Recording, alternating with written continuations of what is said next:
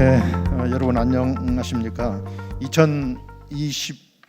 2025년 정책학회 하계 학술대회인 것 같아요. 예년 같으면 6월에 하는데 여러 가지 지난 6월에 큰 국가적인 행사들이 있어가지고 이번 8월로 미룬 것 같습니다. 저는 이화여자대학교 행정학과의 명예교수로 있는 송익준입니다. 제가 맡은 본과는 한국정책학회 전임회장단 초청 특별 세션으로 되어 있어요. 그래서 지금 4시 30분부터 3시 30분부터 4시 50분까지 1시간 20분 동안 논의하게 되어 있습니다. 여러 가지로 감사의 말씀을 드리고요. 오늘은 굉장히 특별한 패널인 것 같아요. 새 정부의 바란다의 마지막 주제인 것 같고요. AI, 즉 인공지능과 디지털 행정의 미래에 대해서 논의를 해달라고 해서 또 공교롭게도 세 분의 전임 회장들께서 IT와 과학기술 분야의 전문가들로 활동을 쭉 해오셨어요. 그래서 이런 분들을 모시고 진지한 논의를 갖게 되었습니다. 세 분을 소개해드리겠습니다. 제 왼쪽에 인하대학교의 명성환 교수님, 바로 오른쪽에 인하대학교의 명성환 교수님 계십니다. 그 오른쪽에는 김영미 상명대 교수님 계십니다. 왼쪽에는 홍영득 교수님, 강원대학의 홍영득 교수님이십니다. 제가 은퇴하고 나니까 시력이 좀 맞질 않아가지고 안경을 벗었다 꼈다 하다가 좀 착오가 있었습니다. 아마 그 세 분께서는 연구위원장께서 보내드린 질문지를 받으셨죠? 저도 받고 의견을 달라고 하는 걸 전체적으로 아주 잘 조직이 된 그런 질문지였기 때문에 그대로 해도 되겠다 싶어가지고 그대로 보내드리라고 그렇게 했습니다. 그래서 1시간 20분 동안 논의를 하는데요. 이 세 분에게 공통 질문이 있습니다. 1, 2, 3, 4, 5, 5개로 되어 있는데요. 그리고 이제 명승환 교수님, 그리고 명승환, 홍영득, 김영미 교수님 이렇게 세 분이 각각 개별적인 질문에 답변하는 그런 형태로 되어 있습니다. 이미 학습은 충분히 해 오셨으리라고 생각되는데 플로어에 계시는 방청객들께서는 어떤 질문인지를 모르시기 때문에 이거는 제가 먼저 간단하게 읽어드리겠습니다. 그리고 세 분이 여기에 대해서 가급적이면 이제 중복은 좀 피하시되 소식껏 말씀을 좀 해주시길 바랍니다. 첫 번째 공통 질문은 뭐냐면 정부는 향후 5년간 100조 원을 투자하여 소버린 AI를 육성하겠다고 발표하였습니다. 우선 소버린 AI의 개념에 대해서 설명을 해주시기를 바랍니다. 세 분 중에 한 분이 해주시면 되겠고요. 두 번째 질문은 새 정부의 핵심 국정 과제로 소버린 AI가 꼽히고 있습니다. 민간과 협업을 중시하고 있는데 동시에 특정 기업이나 이해관계 정책이 좌우되거나 반대로 너무 형평성을 강조하면 나눠먹기 식이 될 수 있다는 우려도 제기되고 있습니다. 이러한 우려를 어떻게 평가하는지 궁금합니다.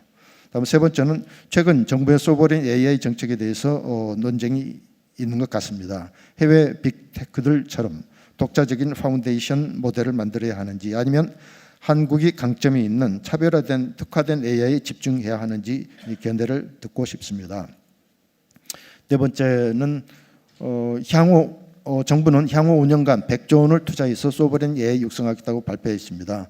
정부가 세금을 걷어 일부 기업에게 막대한 지원을 해주는 것이 아닌가 하는 그런 우려도 존재하고 있습니다. 예를 들어 막대한 비용의 GPU를 특정 기업에 몰아주는 사례 등입니다. 이러한 우려에 대해서 어떻게 평가하는지 궁금합니다. 다섯 번째, 새 정부에서 이것만은 반드시 추진했으면 하는 디지털 AI 정책 한 가지를 제안해 주시겠습니까? 각 패널께서 AI와 디지털 분야도 좋고 교수님의 다른 전문 분야 정책을 말씀해 주셔도 좋습니다. 그러면 누구부터 말씀을 시작하시죠? 첫 번째 질문입니다. 소버린 AI에 대해서. 예, 여기 다 전문가시기 때문에 제가 겹칠 수 있는 얘기는 좀 삼가야 될 것 같고 또 디지털 정부는 다 경험을 직접 하셨기 때문에 그 부분은 좀 제가 좀 안 하는 게 좋겠어요. 또 김현미 교수님도 계시고 해서 또 사회자 분께서도 우리 송 교수님은 뭐 워낙에 오래 하셨잖아요. 그래서 그거는 제가 나중에 돌아오면 뭐 좀 추가로 좀 말씀드릴 부분이고요. 그 요새 화두가 AI잖아요. AI 100조를 이제 투자를 한다고 하는데, 그래서 써버린 AI라고 하는데 왜 써버린 AI를 붙였을까? 뭐 소비, 그러니까 주권이잖아요. 주권. 우리가 중국한테도 밀리고 원천 기술도 없고, 또 특히 AI를 하려면 빅데이터를 구축을 해서 연결이 돼서 해야 되는데, 이제 공공 데이터가 제일 크잖아요. 근데 그 부분에 대해서 노력은 했지만 또 개인정보보호위원회가 또 장관급이란 말이에요. 그러니까 데이터 3법을 통과를 시켰지만 못하게 하는 게 너무 많다. 지금 그 개인정보보호위원회가 왜 장관급에 있어야 되지? 이제 그런 생각이 좀 듭니다. 갑자기. 근본적으로 데이터를 마음대로 쓸 수 없게 만드는 환경에서 써버린 AI를 할 수가 있나? 이제 그런 생각이 듭니다. 사실은 원래 데이터 3법이 그렇게 하지 말자는 거였었거든요. 그래서 가명 정보를 써야 되는데 마이 데이터도 여기에 또 묶여 있는 겁니다. 장관급에 규제를 받고. 그래서 근본적으로 그게 좀 빨리 정리를 해야 되겠다. 데이터 관련해서 규제를 할 거냐 계속, 아니면 활용을 할 거냐. 활용. 대체로 다 활용을 하는데 유럽은 뒤처지잖아요. 지금 GDPR 법 때문에 AI도 뒤처졌고 거의 모든 게 경쟁력이 사라졌습니다. 유럽은 심각한 수준이고, 근데 그걸 왜 우리가 따라야 되죠? 그것도 좀 이상한 것 같아요. 그냥 물처럼 써야 되는데. 그러니까 자산의 관점에서 국가 주권형 AI를 지금 써버린 AI가 명확하지 않은 것 같습니다. 국민이 주인인데 누구 주권인지. 지금 제가 볼 때는 민간 대기업의 주권인 것 같아요. 그동안에 국가가 독점하던 거를 네이버가 그렇잖아요.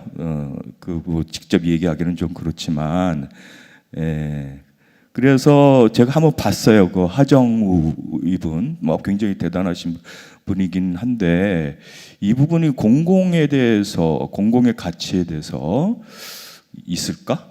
생각이, 개념이 그냥 이득을 위해서, 회사의 이익을 위해서 치열하게 시장에 지출하기 위해서 그런 정도의 논리인데 그 좀 이해가 안 갔습니다. 사실은.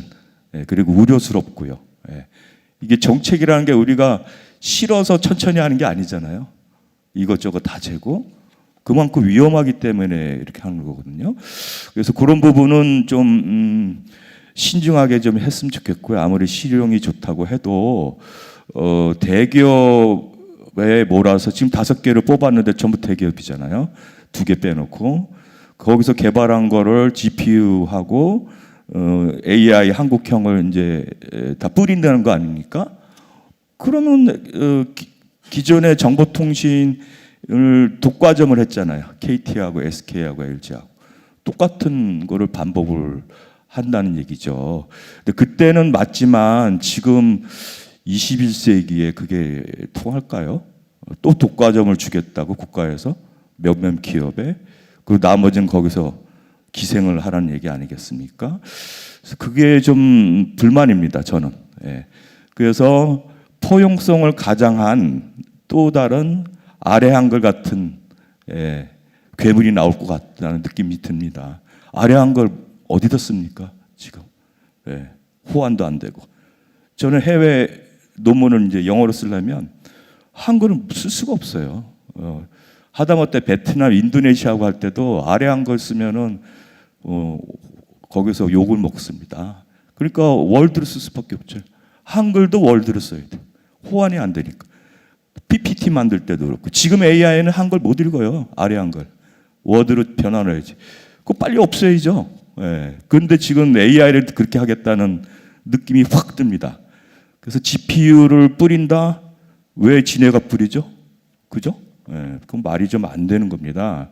제 생각에는 포용성을 가장한 또 다른 인클루시브 AI 그쪽에서 개발한 게 뭐 있더라고요. 하정우 쪽에서 하이퍼 클로바인데요. 창피한 수준입니다. 솔직히 말해서 너무 이거 방송 생방송입니까? 굉장히 수준이 낮아서 딥시크에 이미 다 잠식을 당했는데 그 AI는 영어를 먹고 살고 데이터를 먹고 사는데 구글 데이터를 쓸 수밖에 없잖아요. 전 세계 그게 쫙 깔려 있는데 네이버가 5천만 밖에 안 쓰는데 그 데이터로 AI를 키울 수가 있을까요? 왜 그런 얘기를 안 하죠? 그래서 저희는 만약에 생긴다면 AI 그러니까 윤리위원회부터 시작해서 민간 저희가 주축이 돼서 전문가들이 그 스크린하는 위원회가 좀 있어야 될 것 같습니다. 이름은 모르겠어요. 어떻게 될지. 어쨌든 또 다른 독과점을 공공을 잘 모르는 그 윤정부 때 그런 미스가 있었어요. 민간한테 다 줘가지고 그냥 아무것도 못했잖아요. 정말 정책을 해야 되는 행정학자들이 할 수 있는 게 없었단 말이에요. 거의 다. 근데 지금 또 그런다? 이거는 뭔가는 누군가는 제동을 좀 걸어야 돼. 과감하게 그래야 되지 않을까? 그 정도 생각을 했습니다. 디지털 플랫폼은 우리 김영민 교수님께서 얘기하실 거니까 또 AI도 얘기하실 거고 일단 거기까지만 먼저 하겠습니다. 부연 설명. 명 교수님의 그 문제점에 대한 지적에 대해서 상당히 공감을 합니다. 그런데 관련해서 이제 이 소버린 AI를 우리가 어떻게 개념 규정을 하고 가는 것이 지금 현 시점에서 의미가 있을까를 이제 좀 고민해 본다고 하면은 제가 이제 지지난주에 또 정치학회에도 가서 이 관련 주제를 이제 논의하는 거를 들었어요. 지금 아마 이제 명확하게 소버린 AI는 이런 내용이다라고 정의가 내려져 있진 않다 보니까 여러 그 유관 학회에서 관련된 논쟁이 많이 있는 걸로 이제 보입니다. 그래서 아마 이제 이 부분에 대해서 우리가 어떻게 규명을 하고 좀 진전을 시켜야 될 것인가에 대해서는 이제부터 시작인 거 아닌가 이제 그렇게 생각이 듭니다. 특히 이제 국제적 맥락에서 봤을 때 EU가 데이터 주권과 AI 규제법을 이제 입안을 해서 자국의 데이터와 AI의 활용에 대한 통제권을 강화하는 쪽으로 방향을 잡고 있습니다.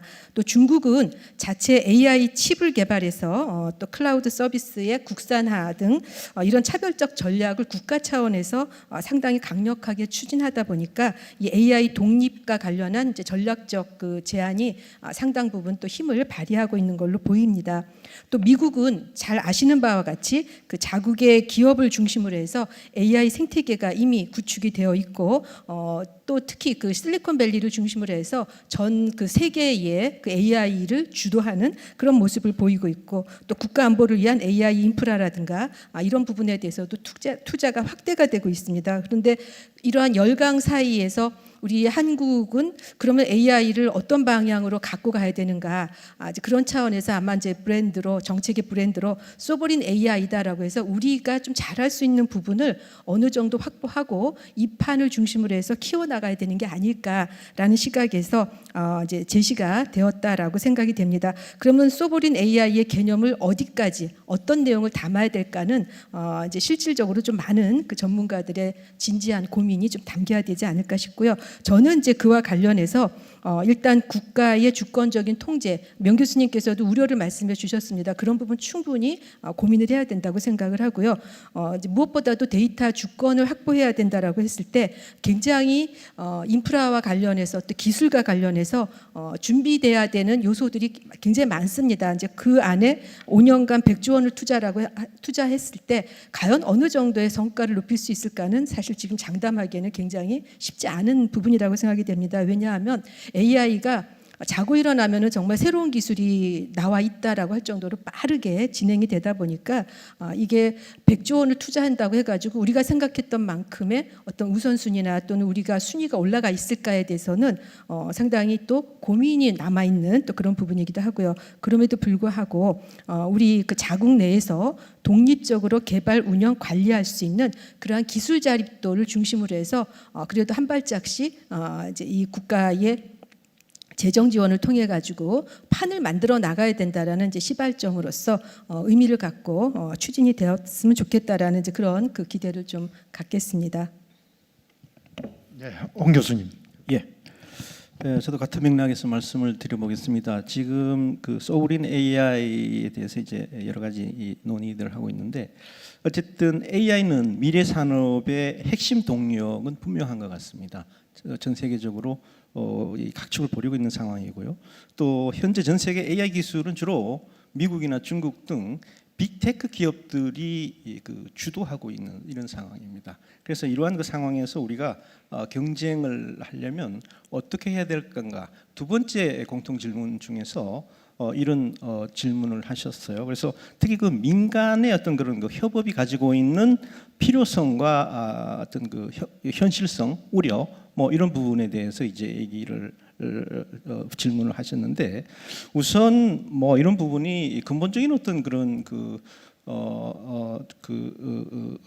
긍정이나 긍정 근본적인 어떤 그런 그 부정 측면보다도 양비론적인 어떤 측면에서 말씀을 드리고 또 우리가 앞으로 어떻게 해야 될 건가 하는 이런 부분에 대해서 말씀을 드리는 게 좋은 것 같아요. 우선은 긍정적인 측면으로서는 기술력의 확보인데요. 아시는 것처럼 이 AI는 국가의 어떤 그런 그 기술 주권 확보를 위해서 민간 기업이 보유한 최첨단 AI 기술과 정부의 막대한 어떤 그런 그 자본력이 투자 없이는 실현하기가 어렵습니다. 그렇기 때문에 민간과 정부의 어떤 그런 협업은 필수적이다 이렇게 해도 과언이 아닐 것 같고요. 그다음에 이런 과정에서 민간의 어떤 그런 그 역량을 최대한 활용을 해야지만 즉 어떤 그 민간과 정부를 가리지 않고 사실 이러한 우리가 기술 패권 경쟁에서 중요한 것은 국가가 가지고 있는 역량을 어떻게 총동원할 수 있느냐 하는 부분들이 이제 중요한데요.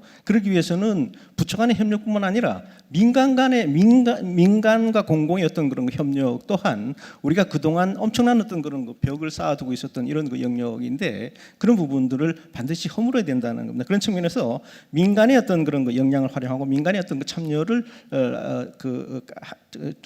함께 하는 것은 뭐 당연한 거라고 생각되고요. 또 이러한 그 정부가 어떤 그런 거 주도를 하면서 민간의 어떤 협업을 통해서 정부가 빠르게 어떤 그런 기술 동향을 파악하고 시장의 요구에 맞는 정책을 수립을 할 수 있는 그런 환경을 구축한다는 측면에서도 바람직한 이런 거라고 저는 생각을 합니다. 반면에 부정적인 우려는 뭐 일반적으로 우리가 지금 많이 얘기하는 것처럼 특정 기업의 어떤 그런 편중될 가능성이 있다는 거죠. 빅테크 기업의 어떤 편중된 어떤 투자가 이루어지게 되면 시장의 어떤 그런 왜곡되거나 또 특히 어떤 그런 중소 스타트업의 성장을 저해하는 그런 승자 독식 구조가 이루어졌을 때 얻는 이런 그 부작용도 상당히 크다고 생각이 됩니다. 그다음에 이제 두 번째가 뭐 질문에서도 있었습니다만. 특히 이제 모든 기업에 공평하게 지원이 이루게 된다면 나눠 먹기식 어떤 그런 그 정책이 되고 이러다 보면 특히 이런 그 AI 같은 경우에는 대규모 투자가 돼야 되는 이런 그 경우에는 실질적인 그런 그 성과를 내기가 어려운 어떤 그런 그 환경이 될 수 있다는 거. 그래서 이런 낭비의 비효율성을 초래할 가능성이 있다는 이런 그 측면에서 어떤 부정적인 측면이 있을 수 있다 생각. 그래서 민간의 어떤 그런 그 협력이 긍정적인 어떤 그런 그 효과를 보이기 위해서 우리가 주의해야 될 이런 부분, 고려해야 될 이런 부분 중에 하나가 명확한 어떤 그런 그 기준입니다. 그러니까 협업 대상 기업을 선정을 할 때 기술력이라든지 보안성이라든지 이 공공성이라든지 이 객관적이고 투명한 어떤 그런 거 평가 기준을 마련할 필요가 있다고 생각되고 특히 다양한 참여의 기회를 보장을 하면서 이 중소기업이라든지 스타트업에게도 참여 기회를 제공할 수 있는 그런 거 환경을 제공할 필요가 있다고 생각되고 철저한 어떤 그런 거 성과 관리를 통해서 의도한 어떤 그런 목표를 달성할 수 있는 환경을 구축하는 것이 필요하리라고 저는 생각합니다. 예, 이상입니다. 감사합니다. 세 분 교수님들께서 훌륭한 말씀을 해 주셨는데요. 그 공통 질문이 5개로 되어 있는데 제가 첫 번째 것에 대해서 이제 먼저 답변해 달라고 그랬는데 이제 두루 섞인 것 같아요. 그래서 1번부터 5번까지 분리해서 답변하기 사실상 어렵다는 거를 저도 지금 인정을 하게 됩니다.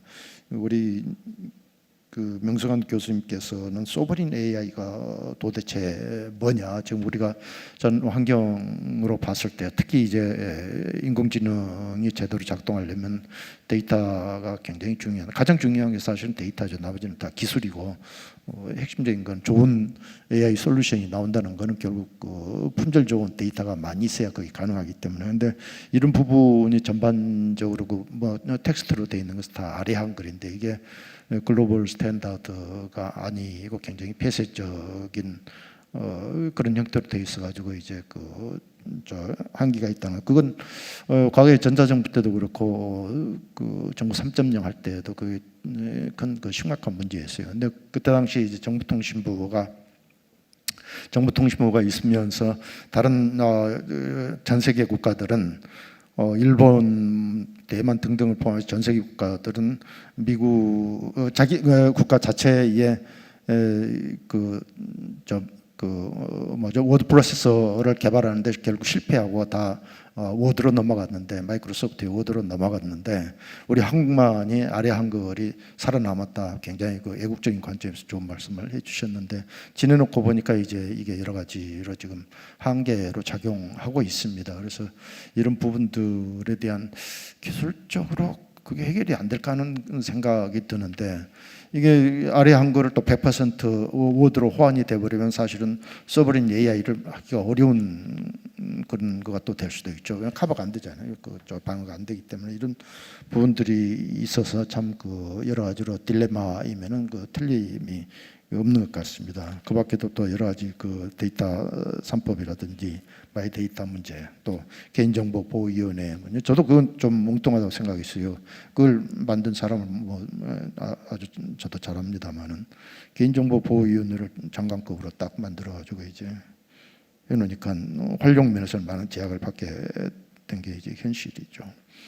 그밖에 김영민 교수님은 그래도 이제 어느 정도 긍정적인 관점에서 국가 데이터에 대한 어떤 주권 문제라든지 또는 기술 자립을 위해서 소브린 AI를 개발을 해야 되지 않느냐 하는 그런 주장을 하셨고, 홍영덕 교수님은 이제 국가 경쟁력이나 특히 민간 활용을 여기가지고 이제 범국가적인 차원에서 해야 된다. 그래야 이제 살아남을 수 있다. 국제적인 경쟁 환경하에서 이런 부분들을 지적을 해주셨습니다. 그런데 세 분 다 좀 걱정하고 있는 부분은 지금 주로 이제 민간 주도로 개발하고 정부가 이제 서포트하는 그런 형태로 가게 되는데, 민간 기업들도 어떻게 될지 모르죠. 그 분야가 또 서로 다 다른 것 같아가지고 데이터의 어떤 특성화라든지 이런 부분들이 그야말로 범용의 어떤 인공지능으로 갈 수 있을 것인지 비즈니스 목적으로 하는 것인지 좀 그런 문제들이 현실적으로 존재하지 않느냐 하는 그런 생각이 듭니다.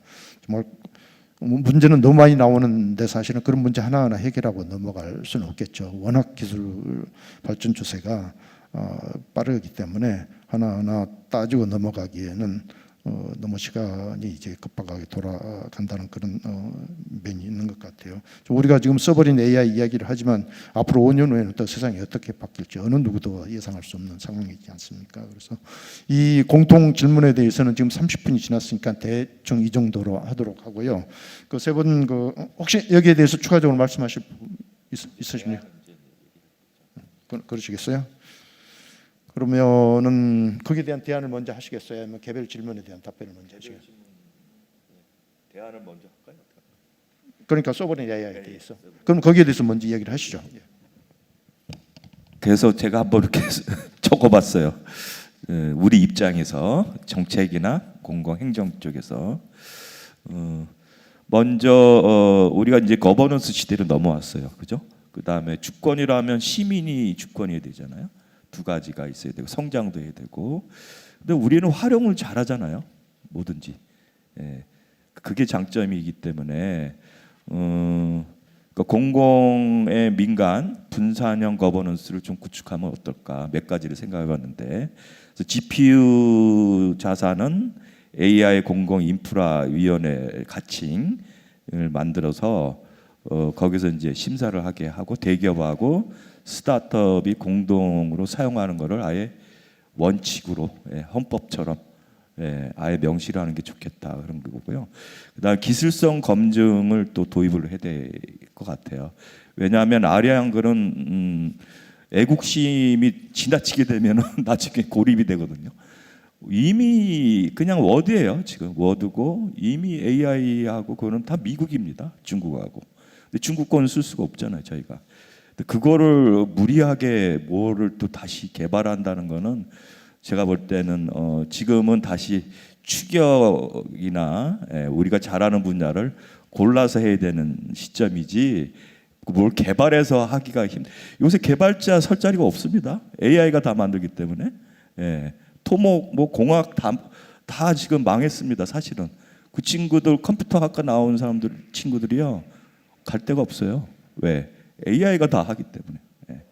설계도 AI가 하고 집 설계도 하고 공사 토목공사 엔지니어가 설 자리가 없습니다. 사실은 그거는 현실이기 때문에 너무 낭만적으로 애국적으로 생각하는 게 아니고 현실을 좀 생각하자 그런 거고요. 그래서 기술적 검증 체계도 필요하고 그 국정원이 하게 하면 안 되고요. 행안부가 하게 하면 안 되고 역시 그것도 민간하고 이렇게 같이 다 그게 이제 영국이 그런 거 잘하잖아요. 그다음에 허위 과장 홍보를 차단을 해야 되겠다.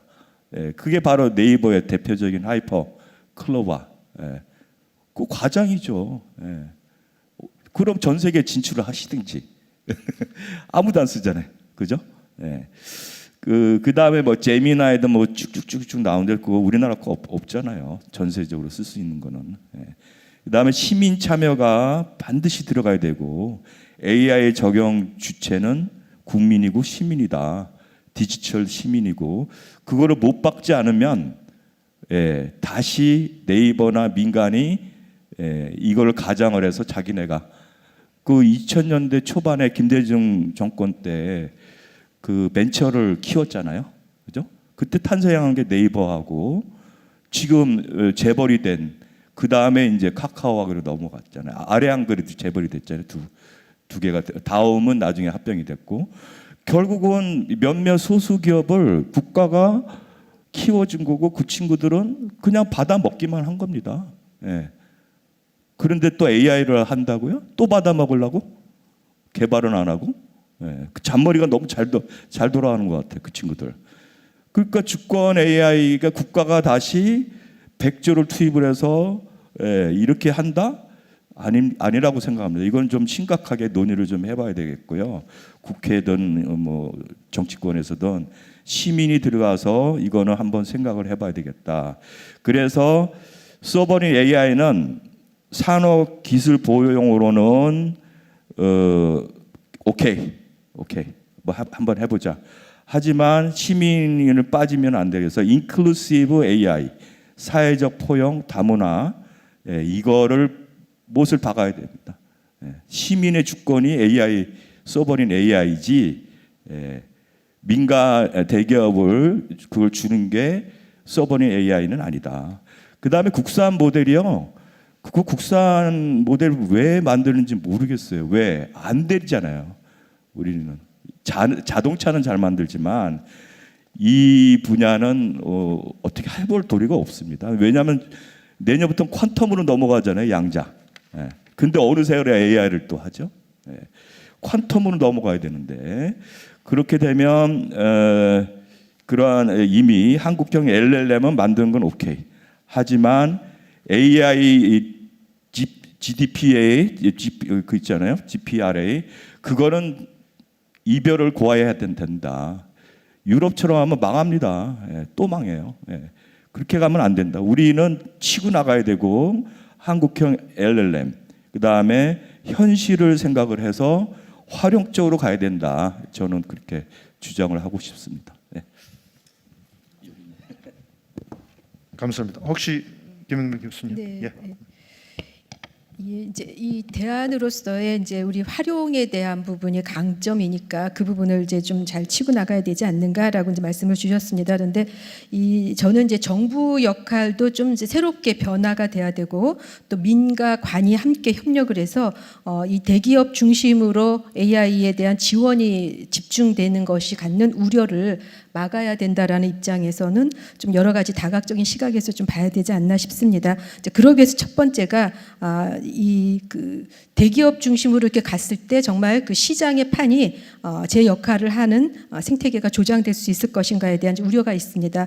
그 과정에서 정부도 이전처럼 규제 중심으로 해서 정책을 면밀하게 보기보다는 정부 역할을 재정립을 해서 메타 거버너로서 민간의 이 기술들이 보다 더 활발하게 활성화될 수 있도록 하는 그런 면들을 좀 이렇게 더 오픈된 시각에서 봐야 될 거라고 생각이 들고요.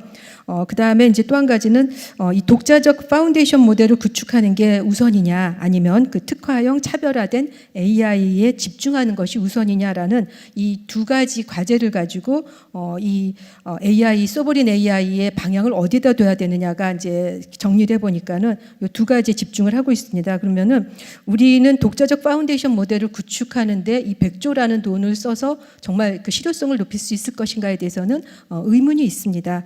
그리고 또 각각의 장단점이 있습니다. 그래서 단기적인 성과를 낼 수 있는 시각과 또 중장기적 시각에서 전략적으로 선택을 해야 되는 대안들을 좀 충분히 고려를 해야 될 필요가 있다라고 보여지고요. 그런 측면에서는 우리만이 활용도를 높여서 정말 잘할 수 있는 부분을 만들어가기 위해서는 특화형 차별화된 AI를 좀 더 집중적으로 개발을 하고 또 그 부분에 대한 지원 체계도 새롭게 정립이 돼야 되고 그 이후에 우리의 또 새로운 그 인프라라든가 기술 자립도가 어느 정도 이루어지면은 그 이후에는 아마 기업들이 알아서 스스로 독자적 파운데이션 모델을 구축하는 데 주력하지 않을까 그렇게 생각이 됩니다. 그리고 이 대기업들이 이제 중심이 돼서 뭔가 또 나름대로의 자기들만의 어떤 독특한 표준화된 모델로 가게 됐을 때는 이것이 또 넘사벽이 돼서 넘을 수 없는 벽, 자기들만의 어떤 벽을 만들어 가지고 장기적으로는 또 발목을 잡는 역할을 하게 될까 봐 이제 우려가 있습니다. 그래서 일단은 민간의 투자를 유인하는 이 유인책을 좀 강화할 필요가 있고 동시에 이 특정 기업이 독점하지 않도록 이 기술 데이터 개방 정책을 병행해야 되는데 그 과정에서 이미 그 실리콘밸리의 시장이 성숙해질 수 있는 가장 기본이 오픈소스 데이터를 공개했다라는 점입니다. 그래서 우리도 그 특정 기업의 독점을 막기 위한 차원에서 오픈소스 데이터 공유 정책을 강화하면서 실질적으로 시기적으로 그러니까 단계별로 시장의 어떤 확대가 제대로 이렇게 열릴 수 있도록 하는 그러한 단계별 소버린 AI의 정책 그 전략이 확충될 필요가 있다라고 말씀을 드리겠습니다. 네. 감사합니다. 홍 교수님. 예, 저도 짧게 두 분께서 말씀해 주셨기 때문에 그 지금 현재 그 인공지능과 관련해서 논의되고 있는 것은 어쩌 보면은 당위적인 어떤 그 원론적인 그 논의에 이 맴맴 도는 것 같아요. 그런 경우가 지금 뭐 지난 정부에서 그러고 그 지난 정부에서도 그런 논의가 있었는데 이번 정부에서야말로 실질적인 어떤 그런 그 실현 어떻게 구현을 할 수 있을 것인가 하우에 대한 어떤 그런 그 논의를 좀 더 구체화할 수 있으면 좋겠다는 생각이 드는데 그런 맥락에서 보면 지금 AI가 관련된 이러한 그 논의는 방향은 바람직하지만 기술 중심 논의에 치우쳐 있다는 그런 불만이 있습니다. 그래서 특히 그 LLM의 초거대 언어 모델이라는 것은 정부 AI 정부의 엔진일 뿐입니다. 이런 그 엔진을 가지고 얼마나 기술이 아닌 국민 체감형 서비스를 이 개발할 건가 하는 이런 부분에 초점을 둬야지 된다고 생각합니다. 그리고 빠른 어떤 그런 그 전환이 필요하리라고 저는 생각을 합니다. 예, 이상입니다.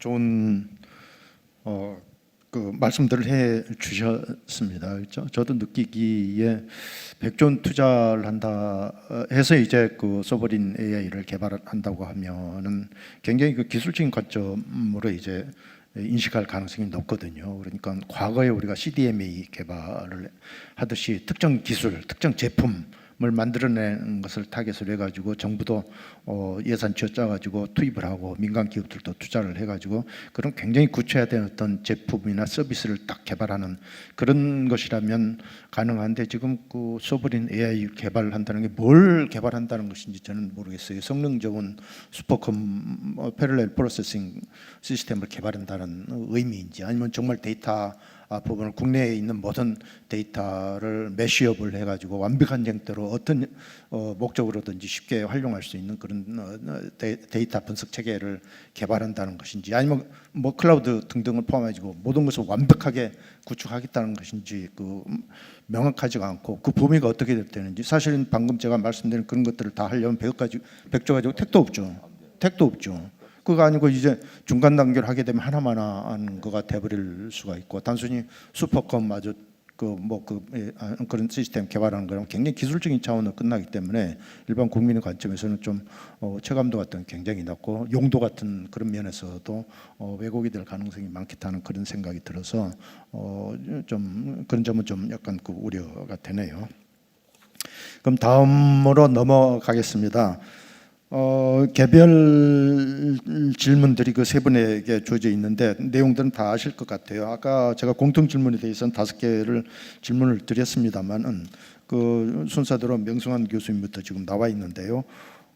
첫 번째 것만 제가 한번 읽어드리고 명승환 교수님이 어차피 1, 2, 3, 4, 5를 저 따박따박 별도로 답변하시기가 어려울 것 같아가지고 그래서 묶어가지고 말씀을 해주십시오. 명승환 교수님한테는 제가 어떤 질문을 하게 되어 있느냐면은 지난 정부에서 디지털 플랫폼 정부 이거는 우리 김 교수님 하셨는데 어쨌거나를 추진하면서 부처 간 칸막이를 허물고 데이터 공유를 통해서 통합적 맞춤형 서비스를 제공하겠다고 발표하였지만 평가는 다소 깔리고 있다고 합니다. 다소가 아니라 굉장히 아닐까요? 이러한 목표를 구현하려면 현재 행정체계에 어떤 장애 요인을 극복해야 할지 예를 들면은 부처별 데이터 칸막이 등의 문제를 어떻게 해결하면 좋을지 의견을 부탁드립니다. 그다음에는 인공지능하고 연결돼 가지고 한 질문, 그다음에 사이버 보안, 개인정보 보호 문제, 그다음에 디지털 역량 문제, 또 디지털 격차 문제 이것들이 이제 후속 질문들로 되어 있는데요. 이걸 좀 답변을 해주시기 바랍니다. 또 말씀을 하셔야 되니까 또 좀 빼고 얘기를 해야 되겠죠. 네. 먼저 그 디지털 플랫폼 정보위원회는 옛날 우리 송희진 교수님도 계시지만 전자정보특별위원회부터 시작해서 이어진 거거든요, 일종의. 예. 이제 다수가 행정학자였죠, 다수가 또 정책 쪽이고 뭐 중간에 경영 쪽에서도 좀 들어왔는데 그래서 그게 좀 아쉽죠. 예. 그래서 뭐 새 정부가 또 뭐 어떻게 어떤 형태로 될지 모르지만 정책하고 행정 입장에서 해야 정부 혁신도 하고 뭐 재설계를 하든지 그런 날이 오겠죠. 조금 있으면. 그리고 이제 저희가 심각한 문제가 사이버 보안이거든요. 저희가 사실은 이제 사실은 그게 더 급한데 왜냐하면 중국 해커 부대가 어림잡아서 한 10만 명 정도가 넘는다고 하고요. 그다음에 아시다시피 북한 정예 10,000명. 지금 거기가 뭐 필리핀, 아시아는 거의 다 거기서 해킹을 해서 랜섬웨어 공격을 해서 상당히 수익을 올리고 있다고 합니다. 근데 창피한 얘기지만 우리나라도 거기에서 벗어나지 않는다고 합니다. 실제로는. 그래서 특히 지방에 이전된 왜냐하면 저희는 폐쇄망이잖아요. 행정망이 공공이 인터넷 개방 안 됩니다. 왜 보안이라고 또 국정원에서 막아놨고 그게 독이 됐습니다. 독이 돼가지고 너무 쉬워요. 왜냐하면 닫아놨으니까 그거 다 오염시키면은 방법이 없어요. 돈 줘야 돼요. 국정원에서 시시하면서 야 돈 내. 그래 다 폐쇄해. 그래서 모모 시가 있는데 제가 그 위원이었었어요. 그 사고가 났어요. 모모 시인데 그래서 다 날라갔고 남아 있는 거 가지고 1년 동안 다시 프린트아웃 했다고 합니다. 입력을 다시 하고 창피한 수준이에요. 그러니까 자꾸 한수원 뚫리고 얼마 전에 행정망 뚫렸잖아요. SK 뚫렸죠. 국정원은 전문가들이 없고 전부 검사 출신이 다 있잖아요. 지금 현재. 뭘 하겠어요? 그러니까 국가 뭐 안보, 보안 이런 명목으로 기술을 또 개발을 안 하고 하지도 않고 그쪽은 또 그렇게 활용을 하고 예, 북한하고 뭐 이렇게 하는 걸 자꾸 사이버 보안은 얘기 안 하고 다른 위협만 얘기를 하고 뭐 그게 참 그게 생각보다는 사이버 보안 쪽은 좀 심각하다 저는 그렇게 생각을 해서 대통령실에서 이 사이버 보안 분야는 최고의 전문가 똑똑한 사람을 임명을 하셔서 그 국가 안보 회의인가 뭐 있잖아요, 그죠? 그 안에 수석이 있어야 되고 그 다음에 지금 행안부하고 국정원하고 그리고 흩어져 있잖아요, 기사 인터넷 진흥원 빨리 이름 바꿔야죠. 원래대로 정보보호위원회로 빨리 바꿔야지. 그게 뭡니까 인터넷 진흥원이. 그리고 문외한이 가서 원장 하잖아요. 이번에도 그랬죠. 경찰 출신이 보훈성으로 과장이 일개 과장이 검사 쪽에 있는 사람이 가서 원정해가지고 망신당했잖아요. 국회에서. 빨리 바꿔야죠. 그래서 그거를 대통령실에서 바로 챙겨야 되고 국정원 사이버 보안팀 빨리 살려야 되고 다시 복구해야 되고 첩보 인텔리전스는 또 다르잖아요. 첩보 얘기는 그것도 완전히 키워야 되죠. 그거야말로 쏴버리죠. 그거는 죽느냐 사느냐의 문제인데 그런 거 다 죽여놓고 무슨 사이버 보안을 하는 겁니까? 그 다음에 민간에서 학과 만들어야죠. 학과 사이버 보안 쪽에 그게 저희가 살 길이라고 생각을 합니다. 또 그동안에 기술 쪽은 막 그런 쪽은 아주 독보적이기 때문에 저희가 보안 쪽은 그래서 그거를 반드시 해야 되고 빨리 좀 정리를 해야 되겠다. 그리고 행안부가 그거 잡고 있으면 안 돼. 사이버 보안. 행안부가 하는 게 아니잖아요. 행안부는 그런 거 하는 게 아니고 관리 부서집니다. 관리. 못하게만 하네. 못하게만. 그 국정원이 첩보하고 보안 쪽에서 위에서 해줘야 될 일을 행안부는 지자체를 완전히 통제하고 조정하고 재난관리 시스템은 막아놓고 이번에 이태원 때 1조 들여서 전 해철 장관이 때 만든 거 재난제 그 시스템이요 안 됐습니다. 그게 왜 막아놨기 때문에 공유를 못하게 돼요. 왜 행안부 장관의 허가를 받아야 돼. 득을 해야 돼요. 근데 애들이 죽어나가는데 득을 합니까? 어디 있지도 않아. 연락도 안 돼. 경찰은 어디 휴가가 있어. 그 경찰청장은 그 사고가 그렇게 난 겁니다. 원래 쓰게 돼 있는 거예요. 바로 소방하고 경찰하고 지자체하고 또 달라요. 대응 복구 단계가 못 들어가요. 소방은 경찰이 먼저 들어가야 되고 지자체의 협력을 얻어야 그 현장에서 수습을 합니다. 그럼 드론이라도 띄우든가. 죄송합니다만 너무 화가 나가지고 충주의 얘기도 똑같은 얘기죠. 지자체하고 서로 싸우다가 안에 서로 야 이거 너희 소관이야. 또 하천은 국토부에 또 허가를 받아야 된다고 합니다. 국토부에 그 시간에 누구한테 전화를 하죠? 이게요 행정과 정책을 모르는 분들이 자꾸 하게 되면 국가 살림을 이런 사단이 나는 겁니다. 그래서 오늘 좀 유감이긴 합니다. 이런 얘기를 좀 많이 들으셔야 되는데 그죠? 그래서 저는 여기까지 하겠습니다. 예, 저도 질문이 아마 한 세 가지 정도를 주셨는데 일단은 이제 디지털 플랫폼 정보위원회에서 이제 위원으로 활동하면서 느꼈던 이제 그 경험을 짧게만 한번 좀 말씀을 드리고 싶습니다. 사실 시작은 굉장히 의욕을 가지고 진지하게 했는데 이게 성과를 내기 전에 여러 가지 우여곡절을 겪으면서 위원회 자체의 활동이 조금 이제 유야무야 되다 보니까 굉장히 아쉬운 점이 많이 있습니다. 단지 이제 지난 그 전자정부라든가 또는 이제 정부 3.0 또 4차 산업혁명위원회로 아마 이제 맥을 이어져 왔고 디지털 플랫폼 정보위원회에서 아마 또 이번 새 정부에서는 이제 AI 위원회로 아마 연계가 되지 않을까라고 생각이 됩니다. 그러면 이제 공통분모는 어쨌든 시스템을 만들어서 그 시스템을 통해 가지고 그 대국민 서비스를 이제 지향하는 쪽으로 이제 공통분모가 있었다라고 생각이 됩니다. 그 과정에서 기술들은 계속 진화 발전이 되어 왔고요. 또 정부 3.0에서는 데이터 공유 공개를 통해 가지고 사실상 이제 오늘날의 이 AI 정부의 그 초석을 이루는 굉장히 중요한 역할을 했다라고 생각이 됩니다. 디지털 플랫폼 정보위원회에서도 데이터 기반 또 인공지능이라는 이제 새로운 인프라를 토대로 해서 사실은 일하는 방식을 이제 혁신해야 된다라는 점, 또 산업 생태계를 바꿔야 된다라는 점, 또 실제 우리가 풀기 어려웠던 여러 가지 난제들을 풀기 위해서 이 데이터를 활용해서 어떻게 실질적인 실효성을 높일 수 있을 것인가에 대해서 상당히 많은 그 사례들을 모으고 이제 고민을 했었습니다. 그런데 저도 이제 직접 그 체험하면서 가장 어려움을 겪었던 것은 데이터 공유가 제대로 되지 않는다라는 점이었어요.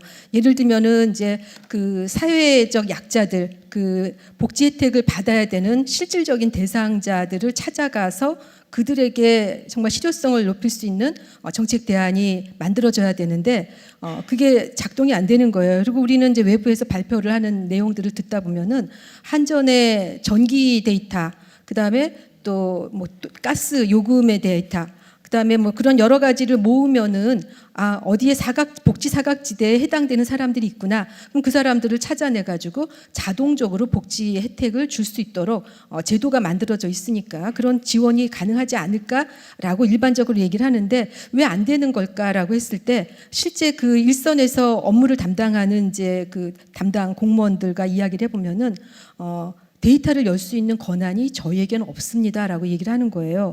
그 데이터를 왜 볼 수 없느냐? 실제 데이터를 다루는 담당자인데라고 했더니 중앙부처의 승인을 받지 않으면 데이터를 접근할 수가 없습니다. 라고 얘기를 하는 거예요. 그러니까 거기서 이미 간극이 있고 벽을 넘을 수 없게끔 장벽이 치어져 있는데 그걸 해결하지 않으면서 우리는 계속해서 데이터를 공개해라, 공유해라. 공개되는 숫자는 굉장히 많이 나와 있지만 실제 문제를 해결하는 과정에서는 그 제 역할을 하지 못했다라는 점이죠. 그래서 그 부분을 이제 풀어 나가야 되는데 그게 사실은 지금까지도 풀리지 않는 숙제로 남아 있다라는 겁니다. 그래서 오늘도 오전에 세션에서 사회보장정보원의 발제를 들었는데 그 부분에 대한 문제를 도저히 해결할 수 없고 그거는 법과 제도로 풀어주지 않으면 할 수가 없습니다라는 시스템이나 기술의 문제가 아니라는 거죠.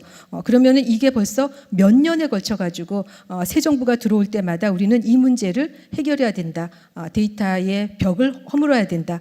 이야기를 계속하지만은 하나도 그 해결되지 않은 상태에서 그냥 제자리 걸음을 하고 있었다라는 겁니다. 그래서 이번에 AI 위원회가 만들어지고 또 AI라는 기술은 기존에 우리가 써왔던 시스템하고는 조금 다른 차원에서 진행이 된다라고 할 때 이러한 맞춤형 서비스 또 실질적으로 혜택을 받아야 되는 고객 중심, 고객 지향형의 서비스가 이루어지기 위한 AI 기술이 어떻게 실현될 수 있을 것인가에 조금 더 주목을 해야 되지 않나라고 생각이 됩니다. 또 주제가 새 정부의 바란다, 정부 신뢰 회복과 인간 중심 정책 설계입니다. 그런 면에서는 어떤 위원회가 들어와서 업무를 보고 또 실질적인 좋은 정책을 만들어 가더라도 그게 누구를 위한 정책이냐, 그다음에 이 정책이 제대로 작동되기 위해서는 우리가 무엇부터 풀어야 되는가에 대한 이런 부분도 함께 가지 않으면서 기술 발전에 지나치게 의존만 해가지고는 다 해결되지 않는다라는 점을 저는 좀 이제 염두에 두고 싶습니다. 그래서 그런 차원에서 기존에 노력을 했음에도 불구하고 풀리지 않는 똑같은 난제가 계속 이어져 오고 있기 때문에 이제 새 위원회가 새 정부에서 작동이 된다라고 했을 때는 기존에 똑같은 고민을 했지만 왜 못 풀었을까를 착안해가지고 새로운 기술이 어느 정도까지 우리를 한 단계 더 진일보 시켜줄 수 있을 것인가. 그러기 위해서 이 100조라는 돈을 가지고 우리는 새 정부가 어떻게 인공지능이라는 재설계를 통해서 실질적으로 국민에게 보다 더 나은, 보다 더 많은 혜택을 줄 수 있는 그러한 그 서비스 지향형의 국가 정부가 될 수 있는지를 이제 지금은 다시 한 번 더 되돌아보고 고민을 해야 되지 않을까 이렇게 생각을 합니다.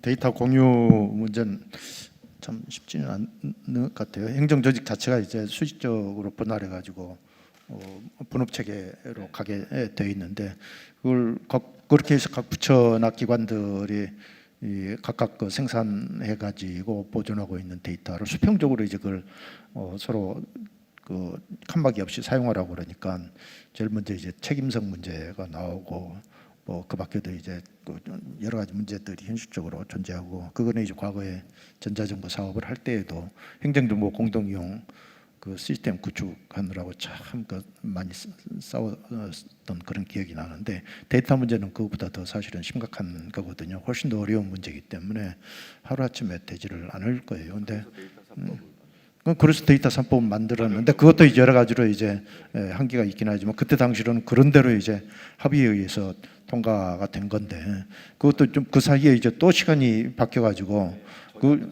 전혀 뭐 효과가 없는 형태로 나타나 버려가지고 참 그런 부분들이 안타깝고 그런 걸 해야 사실은 인공지능을 행정에 잘 활용할 수 있는데 현실적으로 그게 좀 제약 요인으로 많이 작용하고 있다고 볼 수 있죠.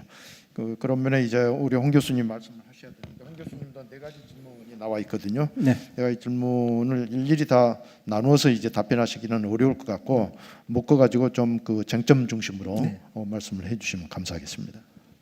예, 그렇게 하겠습니다.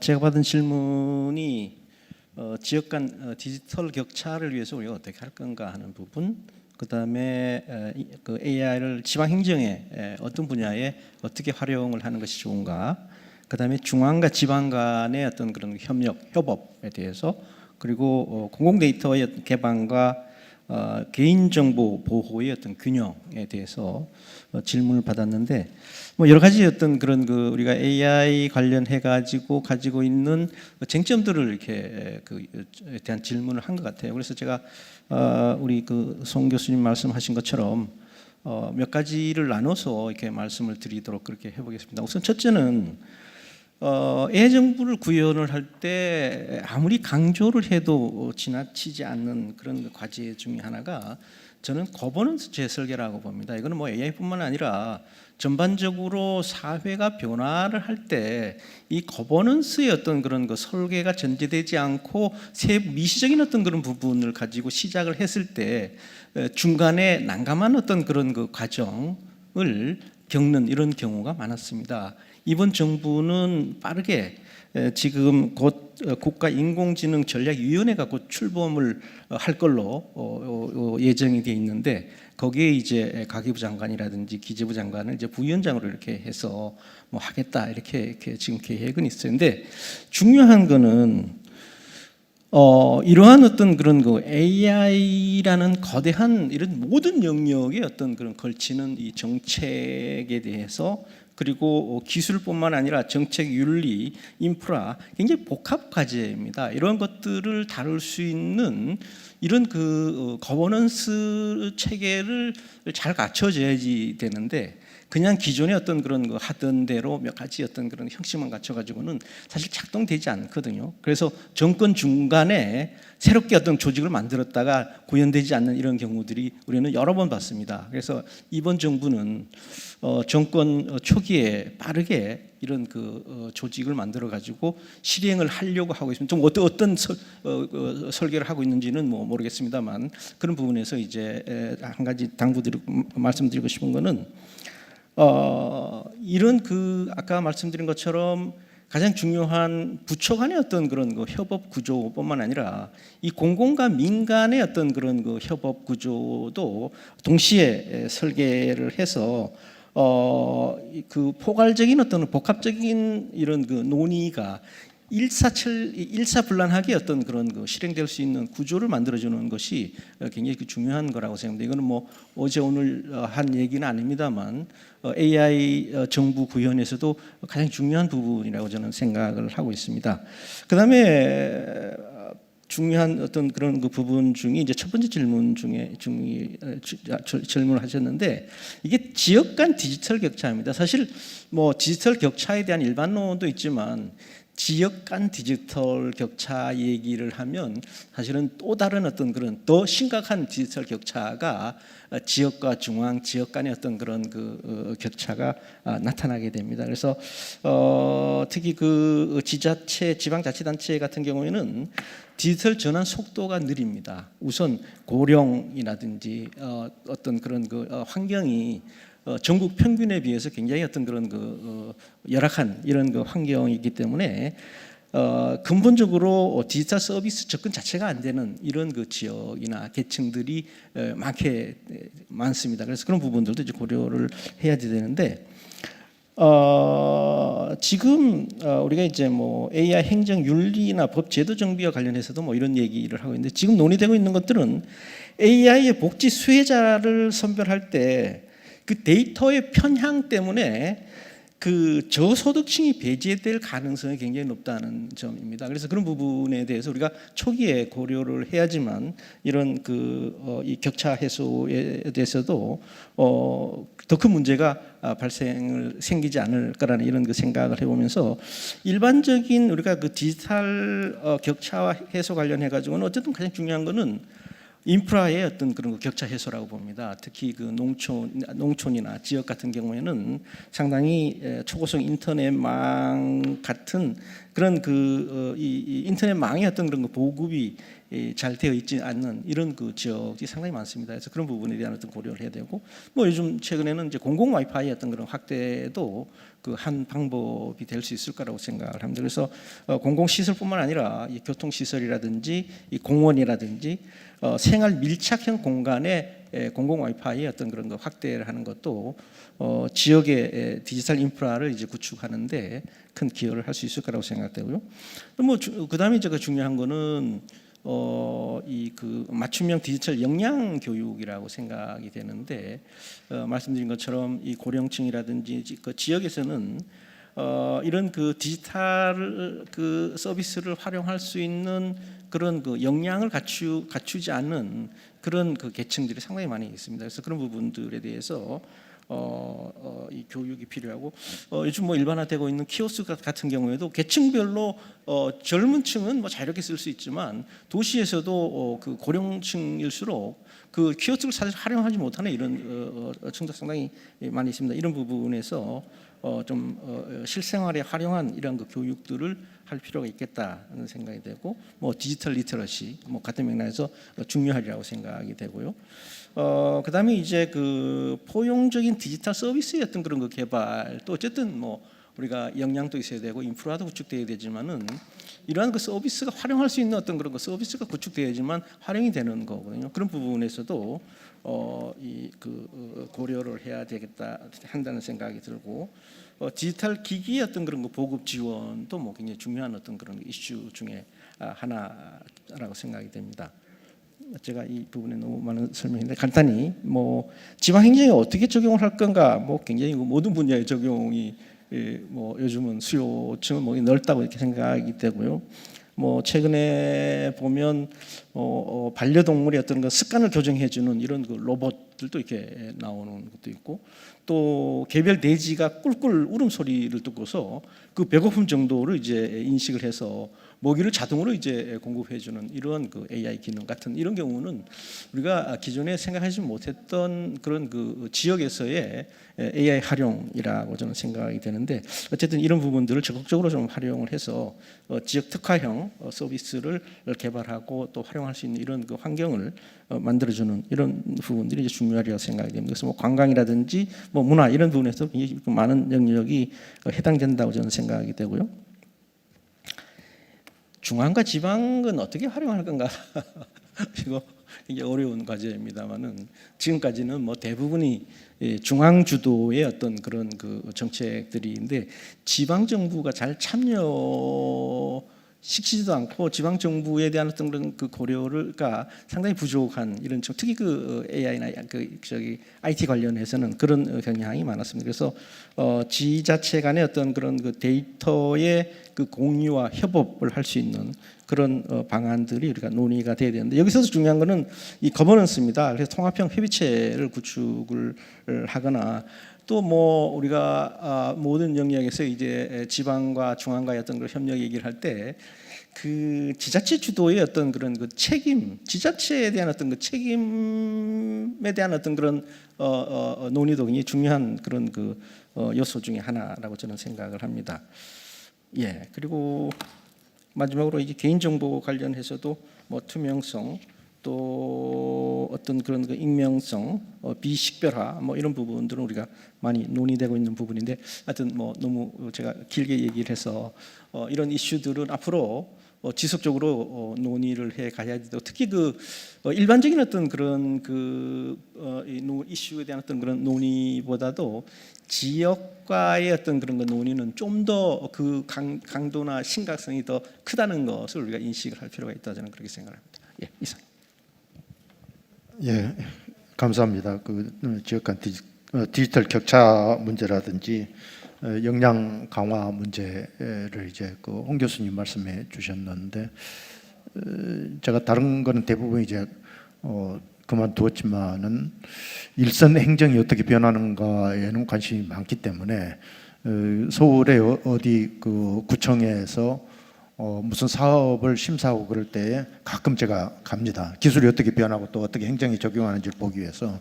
그러면 이제 제가 심사하는 것보다는 배우는 게 훨씬 더 많은데, 뭐 정보 시스템은 옛날이랑 똑같고요. 똑같은데 이제 그 인공지능 문제를 하면서 이미 이제 서울시 구청들에서 이제 부분 좀 많이 활용하고 있다고 그러더라고요. 다양한 분야에서 활용하고 있는데, 우리가 그 전문 용어로 hallucination, 그게 이제 데이터 편향성에서 사실은 나오는 거잖아요. 그래서 정부 부처가 일을 하는 거는 굉장히 그 국민에 대한 책임성 관점에서 일을 하는데, 인공지능이 잘못 소개하거나 잘못 인도했을 경우에 담당 공무원이 책임져야 되는 문제가 있어가지고 인공지능 활용에 대해서 굉장히 주저한다는 얘기를 제가 작년에 들었어요. 그래서 일선 행정에서 그런 문제가 있구나 하는 걸 느꼈었거든요. 그래서 거기에 대해서 이제 한 말씀 누가 좀 설명해 주시기 바라고.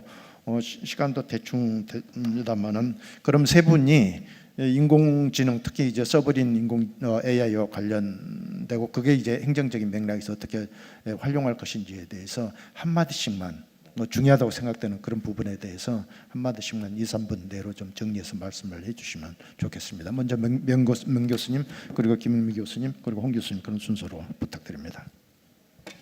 앞으로 화두는 어젠다 세팅, 정책 형성, 저희가 이제 그쪽을 교과서를 배웠는데요. 지금 정말 중요한 게 그 분야인 것 같아요. 어떻게 인풋을 하고 어떻게 국민이 생각하는 것을 녹여서 잘 놓고, 그 다음에 재난 것도 마찬가지고, 일단은 목적이 뭐냐, 왜 재난 체계를 구축하고 스마트 뭐 기술을 AI를 일단 바로 살려야 되잖아요. 그죠? 무엇보다. 근데 절차를 따지고 허가를 받고 이러면은 그 사람 죽잖아요. 예. 근데도 계속 그걸 반복해요. 예. 국회 언제까지 기다리죠? 회기를? 예. 그러니까 제가 느끼는 게 요새 조교를 안 쓰거든요. 제가 몇 달부터 전화도 안 됐지만 시키기 힘들잖아요. 눈치도 봐야 되고.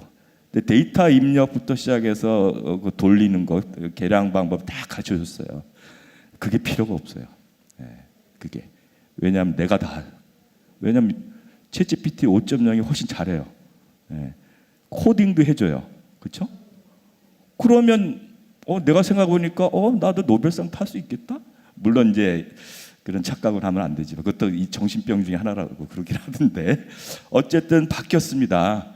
그래서 입력하는 순간 아웃풋이 나오기 때문에 그 과정을 제대로 우리가 잘 봐야 돼. 윤리적인 문제, 그 다음에 이게 공공의 득이 되느냐 안 되느냐, 또 이게 혁신을 할 수 있냐, 그 다음에 좀 있으면 양자 보안 시대에 열리는데 AI에 잘못하다가 여기에 주력했다가 양자 놓치면 어떻게 할 거냐, 이런 게 진짜 심도 있게 논의가 돼야 된다. 지금 상황에서는 급하게 갈 필요 없는 거, 늦은 건 늦은 거니까 어차피. 근데 어쨌든 제가 대학원생이 필요 없다는 거는 공포로 느끼고 있습니다. 현재 공포스럽습니다. 이거 어떡하지? 그럼 대학도 없어지나? 나는 어떻게 앞으로 해야지? 이런 생각이 확 들더라고요. 예, 여기까지. 그냥 걱정만 했습니다. 예, 같은 아마 고민을 다 같이 하고 있지 않을까라고 생각이 됩니다. 저는 이제 마지막 말씀으로 그 인재 부분에 대한 그 좀 제언을 같이 공유해야 되지 않을까라고 생각이 됩니다. 이제 그 아까 홍 교수님께서도 이제 맞춤형 역량에 대한 부분도 좀 새롭게 설계가 필요하다라고 하셨는데, 이제 공무원들의 일하는 방식이 대대적으로 바뀌고 있고, 또 디지털에서 이제 AI로 교육 부분도 좀 새롭게 또 넘어가게 되지 않나 싶어요. 제가 한 번은 이제 그 공무원 대상으로 하는 이제 교육 프로그램에 이제 강의를 갔다가 화장실을 들어갔다가 우연히 듣게 된 이야기인데, 이 밖에 있던 공무원분들이 이제 이야기하는 것 중에 난 디지털이 제일 싫어. 디지털 교육 받는 게 너무 힘들어. 이제 그렇게 말씀을 하는 거 보고 잠시 못 나왔어요. 안에서 이제 들었는데, 그러니까 공무원들도 이렇게 새롭게 변화가 될 때 너무 힘들잖아요. 이렇게 계속해서 새로운 역량을 이제 요구하게 되는데, 그 역량에 맞춰서 또 교육도 같이 가야 되고, 그런데 앞으로 이제 새로운 세대들은 너무나 자연스럽게 인공지능 기술을 활용하고 또 이런 것들을 또 새롭게 잘 엮어가지고 또 새로운 비즈니스도 창출해내고, 아마 그런 훌륭한 아이디어들을 아마 이제 자연스럽게 습득하지 않을까 싶어요. 그런데 이제 세대 간의 차이들이 많이 있고, 그 와중에 또 우리가 인공지능 관련해 갖고 인재 양성이라고 해서 뭐 100만 인재 양성하겠다라든가 이렇게 숫자로 표현하는 거는 이 정도로 우리가 관심을 갖고 하겠다라는 아마 이제 그 정책의 모습이라고 생각이 들어요. 그런데 AI 같은 경우에는 사실상 기존의 방식과는 완전히 달라서 특출난 인재 몇 명이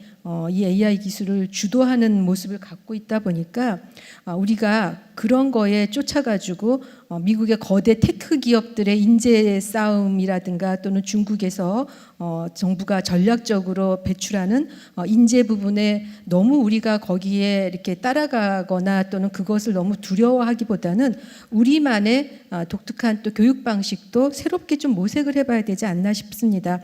기술에 대한 부분은 특출난 인재들 몇 명이서 이 AI 기술에 대한 주도권을 갖고 가겠지만은 우리는 그 이후에 그 안에서 어떻게 활용과 관련한 부분 또 활용을 해가지고 보다 더 체화된 우리 실제 생활에 체화된 그러한 새로운 모습들의 인공지능 활용과 관련한 부분을 조금은 더 확대하고 확장시키는 차원에서 함께 좀 또 고민을 해야 되지 않을까 싶습니다. 이런 부분이 사실은 대학 교육에도 좀 이제 세판짜기로 들어와서 교육 프로그램에 관한 부분들도 기존 방식과는 좀 다르게 같이 모색이 돼야 될 필요가 있고요. 그래서 이 인재 양성에 대한 부분은 숫자를 많이 늘리는 거에 주력하기보다는 실제로 어떻게 그 학습시키고 내재화시켜서 이런 부분들이 우리 모두가 같이 공감대를 형성하면서 서로 좀 이렇게 상생할 수 있게 가야 되는가, 이런 교육에 대한 부분도 상당히 좀 고민을 해야 된다라는 생각이 듭니다.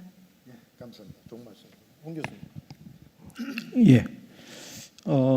저도 이런 그 논의에 있어서는 꼭 강조를 하고 싶은 게 그 요즘도 이제 뭐 AI 관련해서도 이제 주권 얘기를 하는데, 이 주권이라는 거는 생존의 논리입니다. 효율성의 논리가 아니라 생존의 논리인데, 이 생존의 논리와 관련해 가지고 제가 경험했었던 한 부분, 여러분들이 이해하기 쉬운 어떤 그런 생존 논리가 뭔가 하면, 예전에 우리 학회에서 이런 그 과제를 수행한 적이 있어요.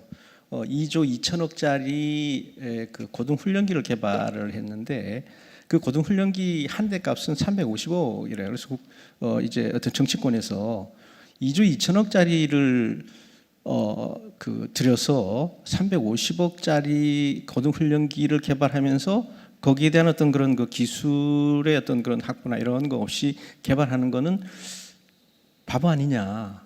경제적인 어떤 그런 그 측면에서 보면 350억짜리 계속 가서 한 대씩 사서 쓰면 되지 왜 그걸 그렇게 개발하냐, 뭐 이런 논리였어요. 그 내막은 굉장히 복잡합니다. 어떤 국제적인 이런 것도 있고 기술의 어떤 그런 기체 개발에 대한 어떤 이런 그 논의도 있었는데, 한 분이 이런 얘기를 해줬어요. 그 우리는 단순히 경제 논리에서 2조 2천억이면 몇 대를 살 수 있고 이걸 가지고 1년에 우리 나라에서 어떤 훈련기가 몇 대가 수요가 있는데 그걸 뭐 하면 몇십 년 이렇게 쓸 수 있는 거고 뭐 이런 논리로 접근을 했었는데 한 분이 이거는 그렇게 접근하시면 안 된다. 생존 논리로 접근해야 됩니다. 나라가 망하면 그게 무슨 2조 2천억이 그렇게 중요합니까? 사실 그때부터 생존 논리로 접근을 해서 어쨌든 설득을 시켰던 이런 경우인데 지금 AI에 관한 어떤 이런 것들 기술 패권과 관련된 기술 주권과 관련된 이러한 그 논의 과정에서는 저도 재밌게 봤던 것 중에 하나는 요즘 일반적인 어떤 그런 경향은 기술 개발 논의에 국방부와 외교부가 참여를 합니다. 그 얘기는 기술 개발과 기술 주권, 기술 개발과 외교는 굉장히 밀접한 어떤 그런 그 관련성을 가진다는 것이고 또 공급망 위기와 관련해 가지고 우리가 어떤 국가적인 어떤 대응을 보면 거기는 철저하게 국가 그동안에 어떤 그 자유무역 시대에서 보여줬었던 이러한 그 논리가 아니라 철저하게 국가가 생존을 위해서 그 기술이 없을 경우에 국가가 얼마나 타격을 받을 수 있는지 하는 이런 부분에 초점을 둬서 어떤 그런 거 전략도 개발하고 어떻게 하는 이런 그 부분들을 볼 수 있는데 사실 AI도 그 못지않은 어떤 그런 거 생존 논리에 패권 논리에 그 우리 국가가 가지고 있는 모든 역량을 총동원해야 되는 그러한 그 상황이 아닌가 저는 그렇게 생각을 해서 아까 이런 그 우리가 어떻게 특화형 해야 될까냐 집중형 해야 될까 하나 이런 부분에서도 우리는 반드시 어떤 그런 맥락에서 어떤 그 기술 주권을 반드시 확보해야 되고 동시에 국내 산업의 어떤 그런 경쟁력을 높여서 실질적인 어떤 그런 경제적인 효과도 창출할 수 있는 그런 전략들이 필요하리라고 저는 생각을 합니다. 예, 이상입니다. 감사합니다. 세 분이 아주 좋은 말씀 주셨습니다. 결론까지 주셨는데요. 제가 이제 오늘 이 토론회를 앞두고 어제 저녁에 부랴부랴 여러분도 잘 아실 거예요. 레이 커즈와일의 그 특이점이 온다. 그 책을 다시 한번 봤습니다. 이렇게 두꺼운 책이잖아요. 봤더니 뭐라고 되어 있냐면 그 특이점이라는 게 이제 사람하고 인공지능의 학습하고 추론하는 능력이 똑같아지는 그런 시점이에요. 거기 그 책이 어떻게 되어 있냐면 2029년에 기계가 인간 수준의 지능에 도달하고 2045년에 기계와 인간이 완전히 융합되는 특이점이 온다 이렇게 그 책에 쓰여 있더라고요. 근데 2029년이 아니 그 책을 쓴 때가 2007년입니다. 그 20년 후인 2029년에 이제 그 시점이 온다고 그러는데 사실 20년 후가 아니라 10년 후에 2015, 16년에 저 알파고 바둑에서 인간이 져버렸잖아요, 오히려. 그래서 기간이 우리가 항상 예측하는 것보다도 기술, 특히 이제 그 IT와 관련된 기술 진화는 빠른 속도로 예상보다 빠른 속도로 오는 것만은 틀림이 없고 지금 뭐 인공지능이 이제 미국의 핵심 테크 기업들이 이제 주도해 가지고 많은 성과를 거두고 있는데 그 나라는 그 나라대로의 어떤 토대가 뭐 사람이라든지 자본이라든지 또는 그밖에 이제 또 특히 중요한 게 단순히 이거는 이제 IT 기술뿐만이 아니라 전기 문제라든지 수자원 문제라든지 다 연결돼 있는 거거든요. 그러니까 전통적인 기술이나 산업 영역과 균형 있게 가야 되지. 그 중에 하나라도 전기가 부족하면 그 데이터 센터를 돌릴 수가 없으니까 당연히 인공지능이 제대로 답을 줄 수가 없을 겁니다. 그래서 이런 분들이 균형 있게 가야 되는 것만은 틀림이 없는 것 같습니다. 또 제가 지난 주말에 딱 토요일 신문만 딱 봤어요. 그랬더니 정말 그 주말 신문 하나만 보더라도 정치, 경제, 사회, 산업 전 분야를 망라해가지고 인공지능 문제가 계속 다 나와 있더라고요. 그래서 제목들만 제가 한번 뽑아보더라도 똑똑해지는 AI, 길들여지는 인간, 그리고 또 다른 주제로 작은 정부, 빠른 정부, AI 정부를 표방하자 벌어지는 일, 그리고 또 다른 제목으로 인공지능 행정, 또 경제 쪽에서는 증시를 흔드는 AI 버블론, 닷컴 버블 때와는 과연 다른가? 그런 게 나왔고 사설로는 심지어 어떤 게 나왔냐면 국내 근로자 업무 목적이 AI 사용률이 52%로 미국의 2배다. 이미 미국보다 더 우리가 더 많이 쓰고 있어요, 인공지능을. 그다음에 네이버, 카카오는 20대 직원 30%가 급감, AI 고용 쇼크가 시작.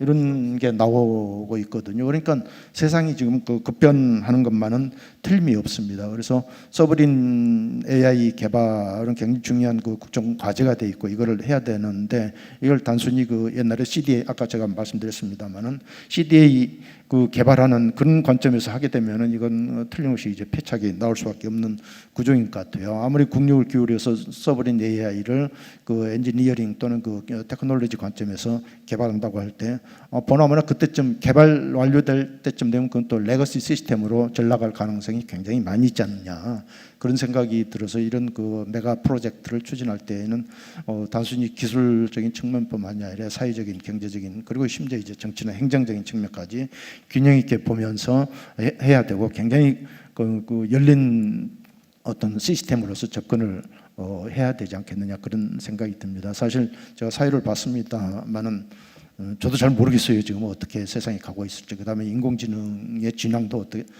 어떤 방향으로 이루어질지 잘 모르겠다는 그런 생각이 들어가지고, 한편으로는 더럽기도 하고 다른 한편으로는 제 일상에서 거의 인공지능을 쓸 필요는 없다는 생각이 들어요. 뭐 여러 가지 이제 뭐 가끔 사용하기도 하지만 그건 전문적인 영역에서이고, 보통 경우는 뭐 구글링 할 때 보면은 요즘 구글 그 키워드를 치면은 인공지능 그게 딱 나오잖아요.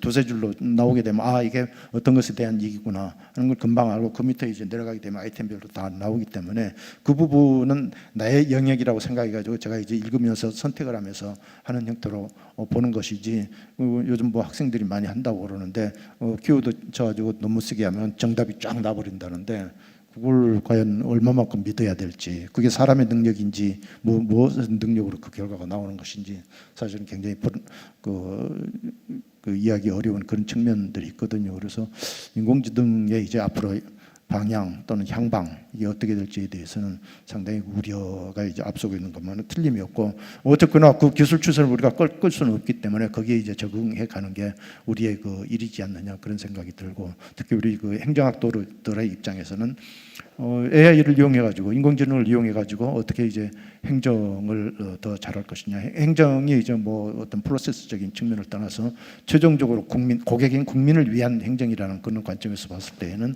인공지능을 위해서 인공지능을 통해 가지고 국민에 대한 보다 나은 그리고 보다 많은 서비스를 제공하는 그런 형태로 잘 발전해 나가기를, 그런 그 기대를 가지고 오늘 세미나를 마치도록 하겠습니다.